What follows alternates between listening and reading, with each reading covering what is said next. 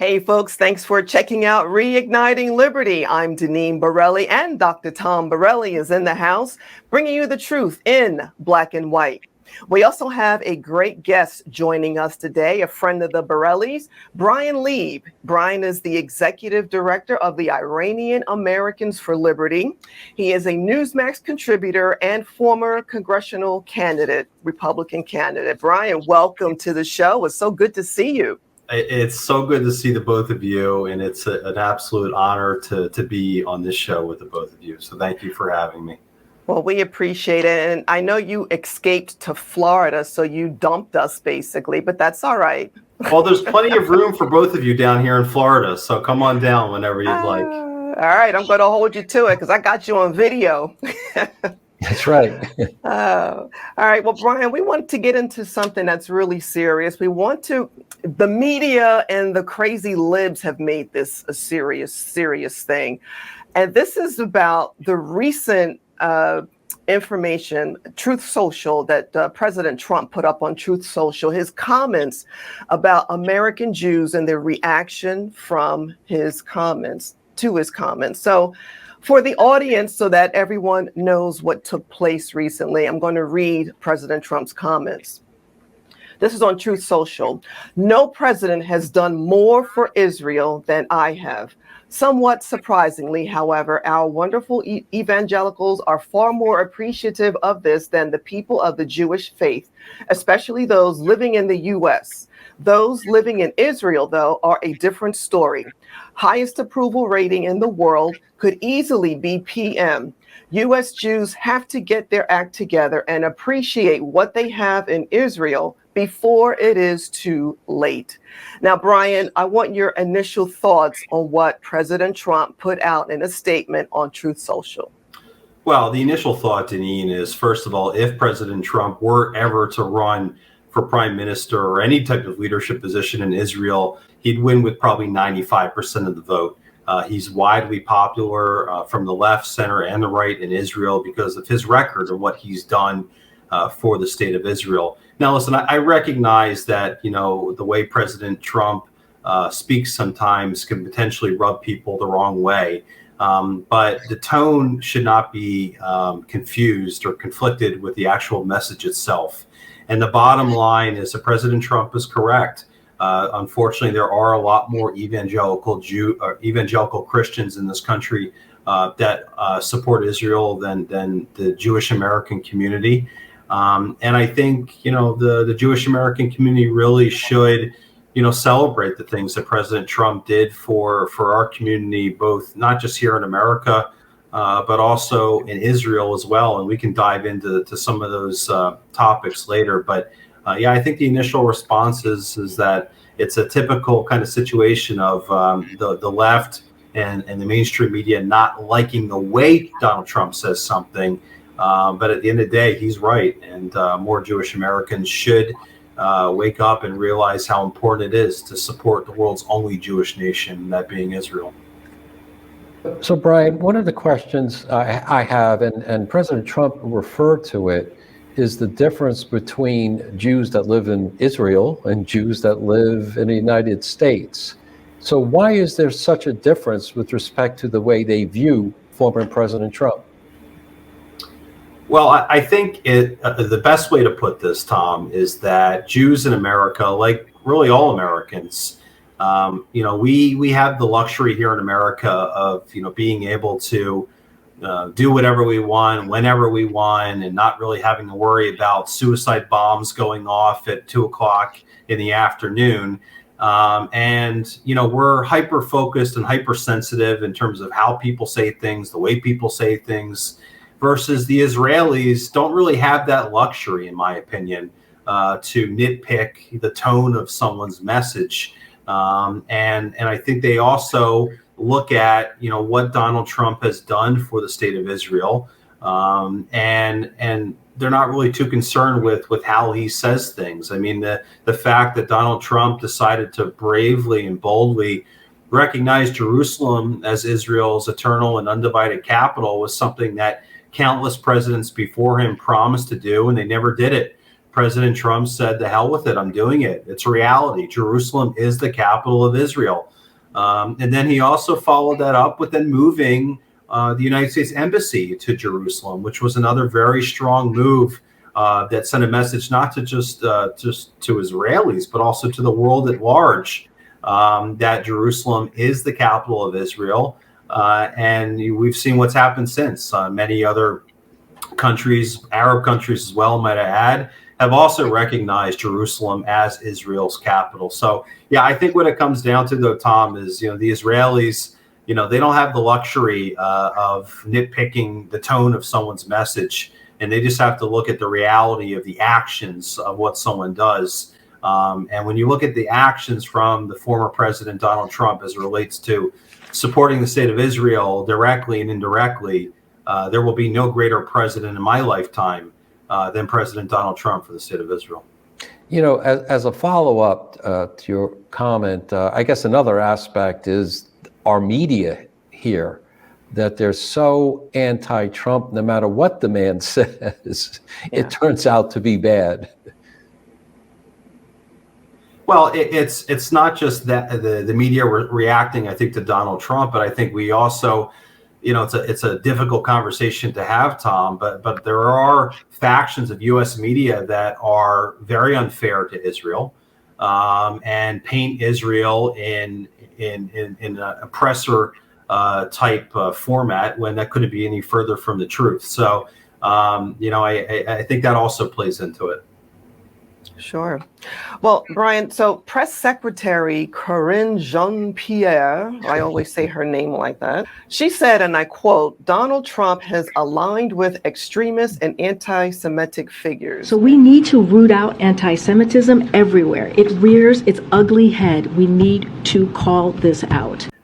Everything President Trump says or does, the Democrats, first of all, they hate the man.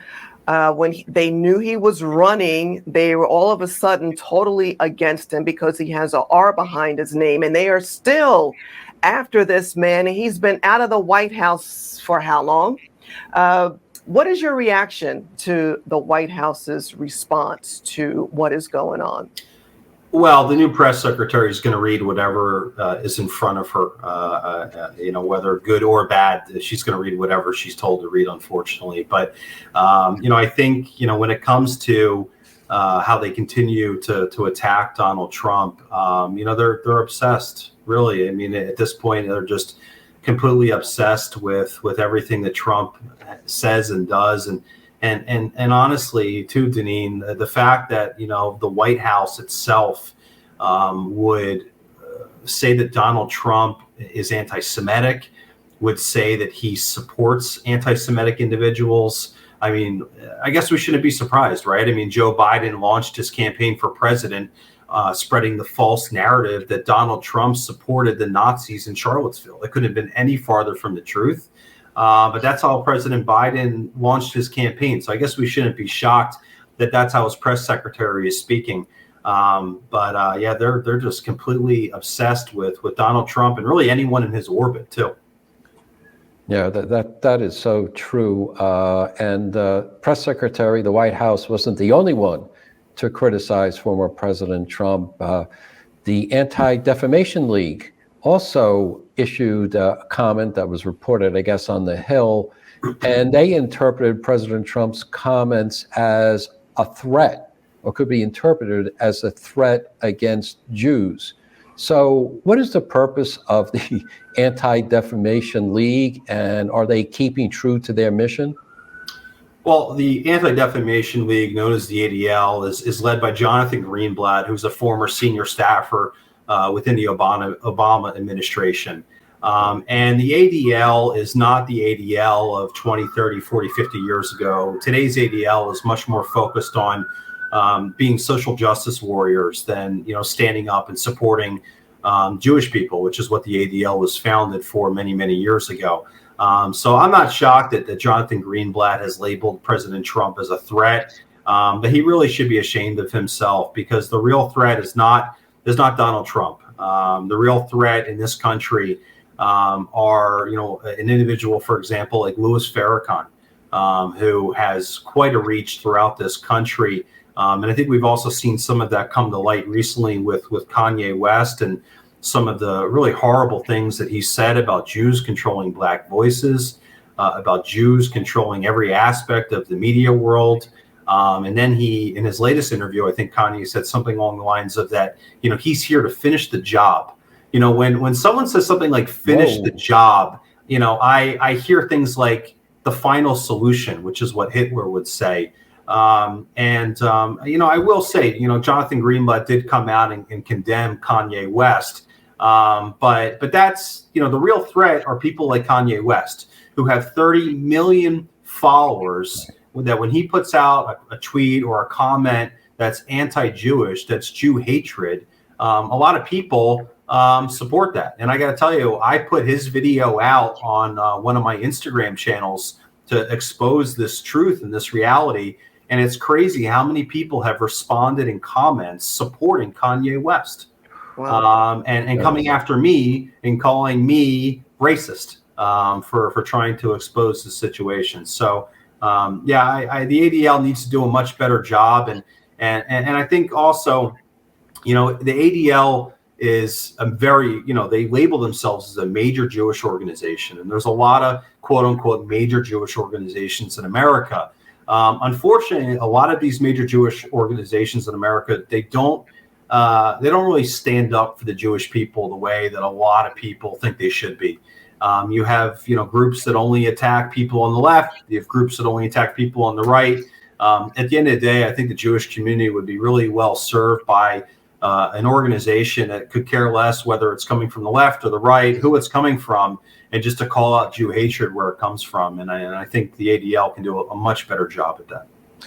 So, Bryan, as a quick follow-up, I mean, to me, and obviously I don't follow these issues as close as you do, but it seems to me that there is a rise in anti-Semitism in the United States. We've seen some of those videos in New York City where it looks like predominantly Black individuals have just been, chasing down, and physically assaulting, some of the Jews in the Hasidic community. But I see that locally. But what is your view nationwide? Do you feel that there's a rise of anti-Semitism? There is most certainly a rise of anti-Semitism. And I think, by the way, the term anti-Semitism doesn't really mean a lot to the average American. They don't really understand what being anti-Semitic is. So I think when individuals say things like Jew hatred or Jew hate, people really tend to really understand what that means. So yes, anti-Semitism or Jew hatred is very much on the rise in this country right now. You see it on the streets of Brooklyn, as you just alluded to. But the FBI also reported, I think earlier this year, saying that Jewish people of all the religions, I think represent something like 60 or 65% of the hate crimes in America. That is outstanding. Wow. Never heard that before. I mean, that rise is really, it's scary. And as a Jewish American, who's been, beating this drum and speaking out against this for my whole life now, it doesn't feel like it's getting any better. And when you have recent events like, to go back to Kanye for a second, you have Kanye spewing this vile hatred for Jewish people, and you have people celebrating that on social media. It really shows you, and it kind of, not to be dreary about the situation, but there is a lot of Jew hatred in America, unfortunately, and I don't really understand it. People have labeled, Jews as being very successful and having lots of money. There's a lot of religions and a lot of ethnic races that are very successful and have lots of money. But I don't understand why Jews, 7 million Jews in America, we're a true minority, probably, one of the biggest minorities. Maybe biggest minority doesn't make sense, but we're a minority. We're 7 million people. And 65% of the hate crimes in this country are being targeted, or Jews are being attacked. So, something is really, as they say, kind of rotted in Denmark here.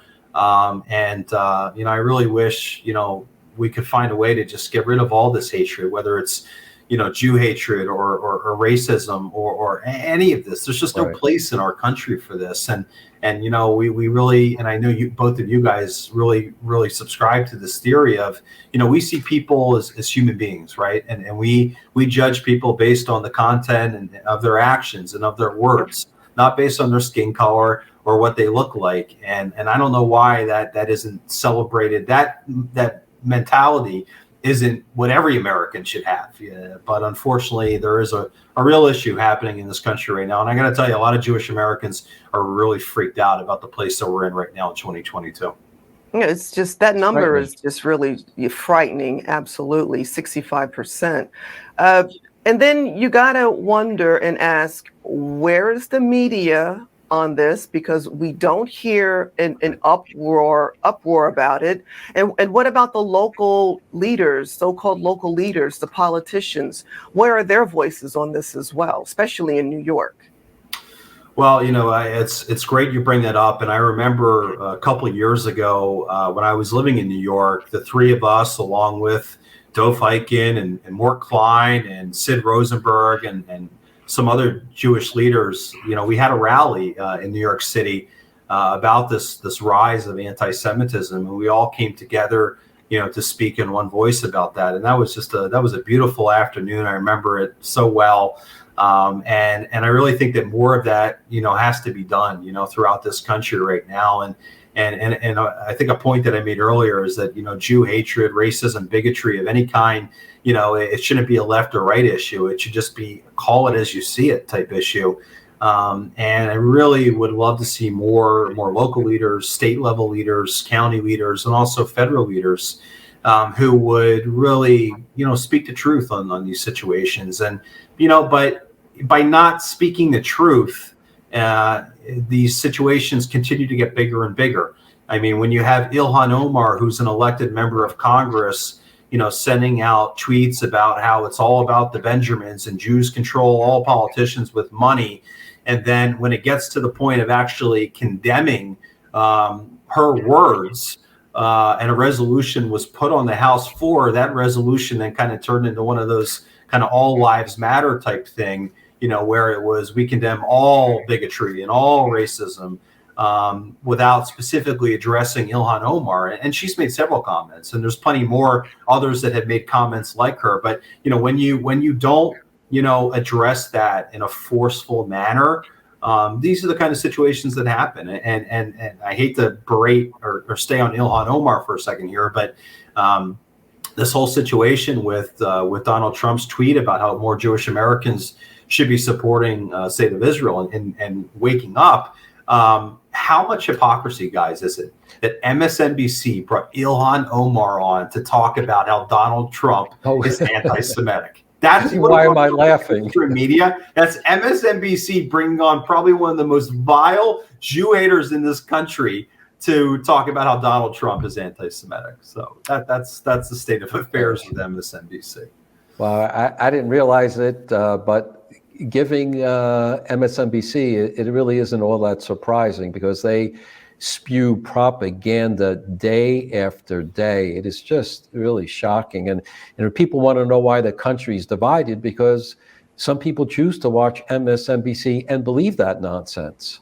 Yeah. And that's why we're divided, because there's alternative universes. There's some people look at the sky, we see blue, but they see green. It's just crazy. Yeah, and Tom, to that point, I'm willing to bet you that if you turned on CNN in primetime this evening, I'm willing to bet you they're still talking about January 6th. And that's a prime example of how, people are getting their news from one source, and all they keep seeing is the same thing over and over and over again. That's why I think, and Tom, I know you and I, we love Newsmax, and Deneen, I'm sure you love Newsmax too. But that's why, new media outlets like Newsmax are so important, who are, interested in reporting the facts and talking about things down the middle. And I think the Newsmax audience continues to grow, because, that's their mentality versus, CNN they're going to talk about the same thing every night. MSNBC, they're going to talk about the same thing every night. They're going to have Reverend Al Sharpton talking about anti-Semitism. I don't have to remind the two of you about Reverend Al Sharpton and the role that he's played over the years in bigotry against Jewish people. So, the mainstream media overall, they've got to do a better job at calling out the racism, the bigotry, the Jew hatred in this country. And also not obsessing about things, it's a 24-hour news cycle, not a 2-year news cycle. Sure. If that makes any sense. Well, they don't have anything else to really talk about because the Democrats' policies are, just dragging our country into a ditch. And Americans know and they see it firsthand, the 401ks going, the inflation, high gas, high groceries, high rent. Everyone is getting nailed because of the failed policies from the Democrats. And look, President Trump is absolutely right. And the comment he made, Brian, reminds me of when he said, in terms of Black voters, what do you got to lose? What do you have to lose? And if people sit down and look at where they were under President Trump versus where they are now, they will see what they are losing. If you just want to comment on that. No, Deneen, you're 100% correct. Everything right now is more expensive. Your basic, necessity, food, your milk, your eggs, your bread, cheese, everything is more expensive. Traveling is more expensive. Everything in this country right now is more expensive. And let's not forget also the amount of money that the average Americans have lost in their pension funds and their 401ks over the last year and a half. That continues to evolve and get even worse. And there's really not a lot of economic growth that's happening right now in this country. I'm not an economic expert, but I can go to the store and I can see that eggs cost me $8.50, and last year they were half of that or maybe even cheaper. So I mean everything is up, and also we saw the skyrocketing fuel costs. I mean, we're having a little bit of relief at the pump right now, but how much did that hurt the average American? I'm willing to bet that hurt them quite a bit. And I think we just heard yesterday that President Biden's going to be releasing more oil from our strategic reserve. It doesn't make any sense. I mean, he's not even releasing the amount of oil that he's going to release doesn't even equate to the amount of oil that we consume in one day. Right. So why is he releasing any kind of oil? And, that brings me to a good point here. And I was talking to someone about this the other day. It was under President Trump that we were energy independent for the first time in over 60 years. We weren't begging the world for oil. We weren't going to Saudi Arabia and begging them to bail us out of this situation. We were energy independent, something that in 60 plus years we had never been. Now we're not only are we not energy independent, but now we're begging people like the Saudis, the Iranians, and a lot of other people to help with these, with these gas prices. And it's insane. It's insane. It is. And to that point, I wanted to ask you about Jewish voters and why do they overwhelmingly vote Democrat? I mean, it's the same question for Black voters as well. They overwhelmingly vote Democrat. But if you can just talk to us about that, because we just rattled off everything that has gone off the rails in our country under this president in a short period of time. Well, I will say, let me start on a positive note. Here in the state of Florida, Jewish voters in the last presidential election, I think voted over 40% of Jewish voters in the state of Florida voted for President Trump. Wow. Which was a very big uptick from the previous numbers. So I do think the numbers are getting a little better. But to get back to your question, though, about, why is it kind of overall Jewish voters vote Democratic? Well, many years ago, for whatever the reasons, the Democratic Party and the Jewish religion or Jewish faith, Jewish community were very close.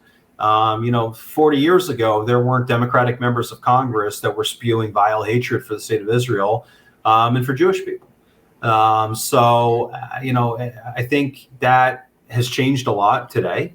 And I think that's also started to really started to affect the way people vote. And you know, another thing I want to say, and this pains me to say it, I don't think Jewish people, and especially my generation, I'm 37 years old, I don't think my generation and the generation beneath me, or younger than me, I should say, really understands the connection of the Jewish people in the state of Israel. And, you know, and I think if they did, you'd see a lot more Jewish people voting for Republicans. Because, you know, when you look at today's Democratic Party and today's Republican Party, you know, there's no bias here when I say that the Republican Party has unequivocally stood with the Jewish community against the rise of anti-Semitism, Jew hatred in this country. The Republican Party has stood unequivocally with the state of Israel. The Republican Party has stood unequivocally against the Islamic Republic of Iran and everything that they're looking to achieve. But I don't really see the Democratic Party, you know, standing, you know, with the state of Israel the way as strongly as the Republican Party. So all I can say is that I do think the tide is changing.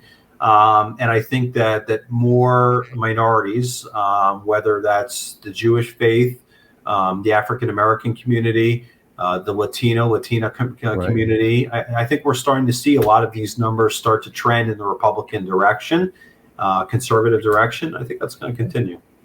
One of the things that really bothers me, and we've kind of referred to it before, people just don't look at the facts. So when people come out, MSNBC comes out, or the press secretary comes out and claims that former President Trump is anti-Semitic or hates Jews, I sit there and laugh and said, so he hates his own grandchildren?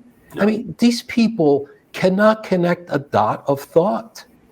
It was just like the whole idea was, you know, oh, President Trump was colluding with Putin. Yeah, he was colluding with them so much that to your point, he made us energy independent. And where does Russia make all its money? On energy. We had the lowest gasoline prices, low energy prices, you know, in recent decades, which meant what? It means that Putin wasn't making as much money on oil, and neither was Iran or any of our other enemies. So it just drives me nuts that people can't see essentially that if President Trump hates Jews, he hates his own grandchildren. I mean, that's just sick and twisted. Well, Tom, you're right. And that's something that's really kind of at a basic level, and people should be able to connect those dots. And people should also be able to connect the dots that it was President Trump and his administration that ushered in the Abraham Accords, which is the first meaningful peace that we've had between Jews and Muslims in the Middle East in my lifetime. And there were no bullets fired. There was no blood that was shed. And that is remarkable. And it took the Biden administration a year and a half to even utter the words Abraham Accords. They've come around, you know, since, thank God. But yeah, I mean, you know, President Trump, his administration, and so many people in his administration, from Ambassador David Friedman, just all across the board, Secretary Pompeo, so many amazing people that did so many great things to support the state of Israel, and also to stand up for the Jewish people. Another thing that a lot of people don't know is that under the Trump administration, the Department of Education, through Donald Trump, through an executive order, classified Jewish Americans as a minority in Title VI under the Civil Rights Law, which protected Jewish students who, as you guys know, are under attack. A pro-Israel Jewish student, a pro-Israel anyone on a college campus in America today is under attack like they never have been before. And now, legally, at a federal level, Jewish students are protected at a federal level. That was President Donald Trump that signed that executive order. Not a lot of people talk about that and connect those dots, but that was pretty groundbreaking in itself. Wow. Well, you mentioned college, Berkeley. What exactly did they do recently? So there were 8 or 9 or 10 college clubs at Berkeley that passed a memorandum to say that anyone who classifies themselves as a Zionist, be that Jewish, Christian, Muslim, whoever, if you consider yourself a Zionist, that they would create Zionist-free zones on their campus so that you could not come and speak. Wow. That's the tolerant left that we're talking about, right? Right. The tolerant left that is open to dialogue and open to communication. You know, they're not so tolerant, are they? No, not Amazing. So we have Biden who wants to work with Iran, but people need to be reminded on a regular basis that Iran wants to wipe Israel off the map. How can Jewish voters in America vote for Biden? Well, they shouldn't, and it's not just Jewish voters though, too. I mean, it's American voters as a whole. I mean, the fact that this president, continues to want to engage in diplomacy with a country that doesn't just chant death to Israel, but 2 months ago, one of the IRGC commanders threatened to drop a nuclear bomb on the city that the two of you live in. I mean, this is like, you can't make this stuff up. The very fact that this administration, would do anything to do a deal with Tehran really should send, a lot of Americans panicking because, the Islamic Republic of Iran has never once done anything to say they support America or our allies. They continue to murder, censor, and oppress their own people. And as I speak to you right now, there are brave Iranians that have been taking to the streets now. We're in our 5th week of this, what I am calling a revolution. It is a revolution that is happening right now in the streets of Tehran because the Iranian people are sick and tired of the Khomeini regime. They want basic civil liberties and freedoms that we have here in America. And it's great to see that the Biden administration, through one of their press secretaries, came out and said something about how they're not focused on a deal right now. But let's be honest, they had to say that. I mean, come on. Imagine the optics of there's a revolution happening right now, and you have the Biden administration, saying that they still want to do a deal. I believe that if Tehran called Biden right now, they'd do a deal tomorrow with them. And it's shameful. And I've said many times before, Deneen, that, as an American, forget about a Jewish American, as an American, the fact that this administration would want to do anything they possibly can to do a deal with this regime in Tehran, who, oh, by the way, as we know, is the leading state sponsor of terrorism, it really makes me ashamed as an American that I have someone in the White House that is looking out for the interests of another country that would drop a nuclear bomb on New York City or threaten to drop a nuclear bomb in New York City. But we're going to keep engaging in diplomacy with this country. Something doesn't make sense here. It's an upside down world. That much we know. Up is down, left is right, right is left. I mean, that's the world we're living in today. It's horrible, but that's the truth. It is horrible. Well, before we let you go, Bryan, and this has been a great discussion, tell us about your organization. Sure. Well, thank you. And listen, it's been an honor for me. I respect the two of you quite a bit and love all the work that you do. So it's an honor for me to be able to be on with you guys. And the Iranian Americans for Liberty, we're a 501c4 based out of Washington, D.C. And we're looking to achieve a couple things. One of them is we're looking to be a counterbalance to another Iranian American group that is a very left-leaning progressive group called NIAC, the National Iranian American Council. And they have quite a bit of influence with Ilhan Omar and Chris Murphy and some pretty radical lefties. And we came on the scene 2 years ago to really counter out what they're doing. And since then, we've hosted over 22 virtual congressional meet and greets with members of Congress in the House and in the Senate.